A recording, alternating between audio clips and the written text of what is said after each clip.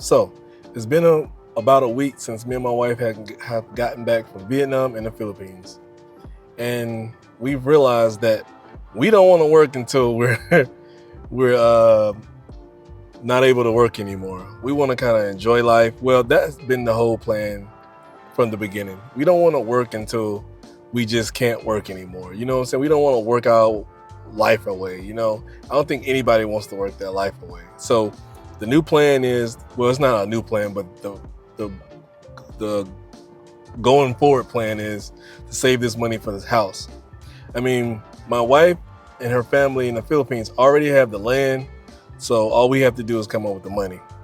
And I'll probably pop some pictures up or some footage, but that's how the back of the house looks. I mean, you can't see the whole house, but you can see, like, I think there's like a garage or something right there. You can see that we have to end up, I want to say, knocking down or do some type of renovation to it, because as you can see, it's only built like with some kind of metal. It's like a metal shed, and it's like an old Jeep that my wife had back in the day that she learned how to drive in. So I was telling her we might have to get rid of some of this stuff to make room for the house, because the house land sits on like a I want to say it's like a compound. So it's already a house. It's actually two houses on there. It's two houses and that shed looking thing. So the house that you probably can't see is one that we're gonna renovate. Not renovate, we're gonna actually knock it down, get the land surveyed, and pour a new foundation of concrete and lift it up a little bit. And we're probably gonna try to put a pool and some more amenities like a dirty kitchen. That's what they call those kitchens that's outside in the Philippines. They call them like dirty kitchens. So when we went over there, I surveyed the land myself. Not like a survey, but I kind of like took some still pictures and a little bit of footage of how the house could actually be built. The house can't be wide. It can be a little wide, but mostly the house is gonna have to be built up, because although it's on a compound, it's not that much space. And I do realize that we're gonna have to probably build the inside of the road. The ground within the compound needs some work on. It's not too bad, but I kind of want it to be a little bit more, modernized. The concrete on there now is kind of old and kind of has some uneven levels on it. So I'm thinking we tear that up a little bit too and make that smooth and more modernized for that concrete surrounding the house. But yeah, so this channel is not going to be all about that house being built, but it's going to be geared towards us preparing to actually build a house. So you're probably going to see some footage of, us possibly going back over there to see. I mean, my wife has her brother and her family over there to oversee things with the house as we move forward and start to actually building the house. She has a family member to look over, but I would like to kind of be there myself to make sure things are kind of going as planned. You know what I'm saying? Certain things family probably can't, they don't feel like they have the right to, say, they don't have the right to talk on our behalf. You know what I'm saying? So I want to kind of be there, but for now I'm going to have to rely on them to actually do the talking. And yeah, so that's where this channel is probably going to go. What else? Yeah, we just realized we don't want to work for the rest of our lives and kind of just work until we can't work anymore. We want to kind of just chill out, do our own thing and live it like that. But one thing I do know I have to start preparing is when I was over there, I didn't really get a haircut. You can probably go into my last videos and see that my beard was like all crazy.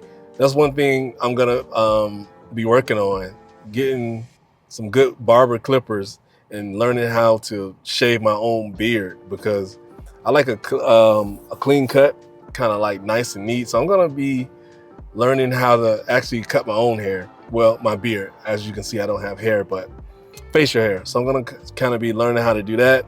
Plus, I'm gonna be trying to learn the language a little bit more, because when we were there, I only know like a couple words, but most of the time, if I had to have a conversation with the people there, my family, my mom, my wife's family there, they would have to like struggle, kind of talk English to me. So I kind of want to learn a little bit of phrases, so they won't have to struggle so much, you know, and I'm able to have a better conversation, you know, with them outside of them trying to struggle with English, you know. So how am I going to afford all this as an expat living overseas? How will I be able to make money to afford to build a house in the Philippines? Like I always say, I work overseas already. I have actually a 9-to-5 overseas. So like I always say, if you're an expat, one of the best things you can do is have a 9-to-5 while you live overseas, because my 9-to-5 actually provides me with, you know, going to different countries and kind of seeing where I want to live. You know what I'm saying? So if you're able and the opportunity comes up, I recommend you jump on the opportunity to come work overseas. I mean, where you want to work at. I mean, some countries you can't work. you obviously can't work, but places in Europe, you know, that has an American presence or something like that, you can probably try to get a job like that overseas, where you can have some money coming in. You're not strapped. You're not dependent on social media. You're not dependent on your family back home. I mean, you can, like I say, save money to actually like take a trip over here or over to your destination and, you know, see how you like it, and then, you know, go back and reassess your plan. But that's how my plan is going right now. Like I said, I work a 9-to-5. I'm able to save money. I have a significant amount of reoccurring income coming every month. So I'm able to stash money away. I'm able to invest money, and I'm able to do a lot of things. So yeah, so if you're, like I said, if you're an expat trying to live overseas, one of the best things you can do, and I know a lot of other creators always say you can sell digital products. I mean, you can actually sell digital products, but when you first starting off, to be honest with you, you're gonna have to build that brand up. You know what I'm saying? You're gonna have to build that brand up for people for people to be able to trust you enough to buy a digital product from you. Like, you just can't come out of the gate saying, "Oh, I got a digital product." I mean, maybe you can.